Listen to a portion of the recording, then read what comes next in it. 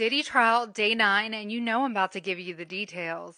Back on the stand, George Kaplan, his former assistant. So he tells the court that he witnessed a physical altercation between Cassie and Diddy in 2015 on a private plane ride to Vegas. He said he was seated at a table in the plane and he heard glass shattering behind him. He then saw Combs standing over Cassie with a whiskey glass, who was on her back with her legs out trying to create space. He then heard a scuffle as Cassie screamed, "Isn't anybody seeing this?" He then hears scuffling and more glass breaking. He says he was only 23 years old at the time and security did not intervene at all.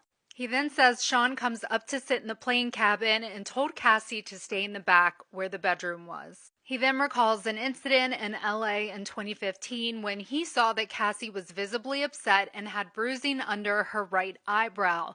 Sean made him go out and get some over-the-counter medication to try to help mask the discoloration. He remembers specifically buying witch hazel. George says he left his job in December 2015 because he was not comfortable with the physical behavior he had witnessed over the months. He said it was the physical stuff and tending to Cassie's wounds.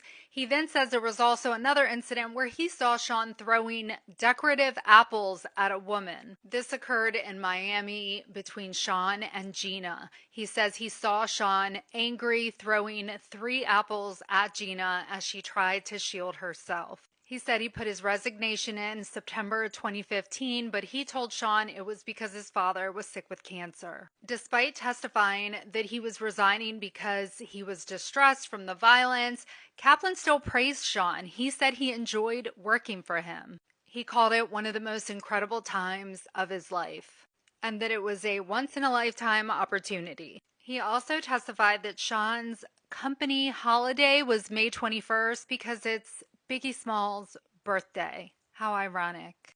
He said that Sean would give everyone the day off from work to mark the 1972 date when Wallace was born.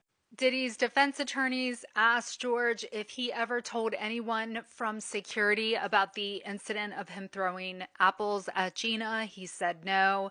They then asked him, was he ever threatened by Sean? And he says, although his job was threatened, he was never physically threatened. At this point, Kid Cudi takes a stand. He says he briefly met Cassie at an event in 2008, but they didn't start dating until 2011. Cudi testifies that he gets a call from Cassie in December 2011 saying that Sean found out that Cudi and Cassie had been talking. She was nervous and scared and said that Sean is abusive. Cudi goes to pick her up and he takes her to Sunset Marquee to keep her safe and away from Sean.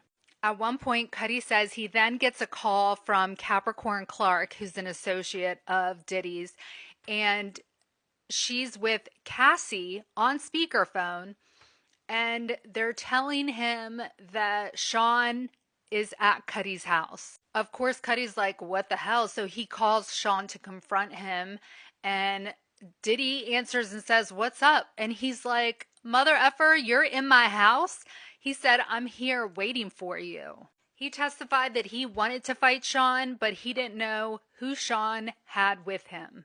He then testifies about the 2012 car fire incident, and he says that he gets a call from his dog sitter who basically is like, your car's on fire. He's rushing home. He's 45 minutes away.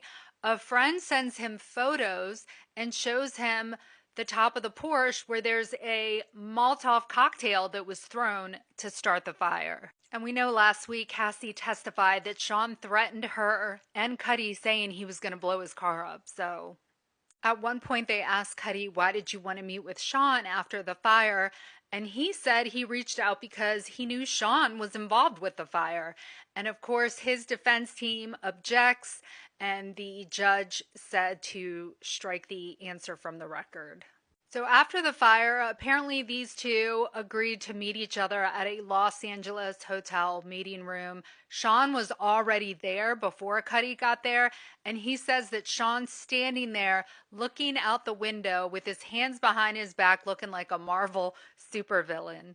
At the end of the meeting, he said they shook hands and he asked Sean, "What are we going to do about the car?" Sean told Cuddy he didn't have any idea what he was talking about. Cuddy did say that a few years after this meeting, Sean gave him a general apology about the past. An apology? I would have been like, homie, you owe me a Porsche. At one point, the defense tries to ask Cuddy about his relationship with Cassie, specifically sexual relationship. The government objected. They meet up with the judge for a sidebar, and basically the judge shut it down. The defense then asked Cuddy if he believed that they were both played by Cassie, and he said yes. Cuddy says he had to end his relationship with Cassie because it was just too much drama and he needed to pump the brakes. At this point, Cuddy is done with his testimony. He's off the stand and they break for lunch.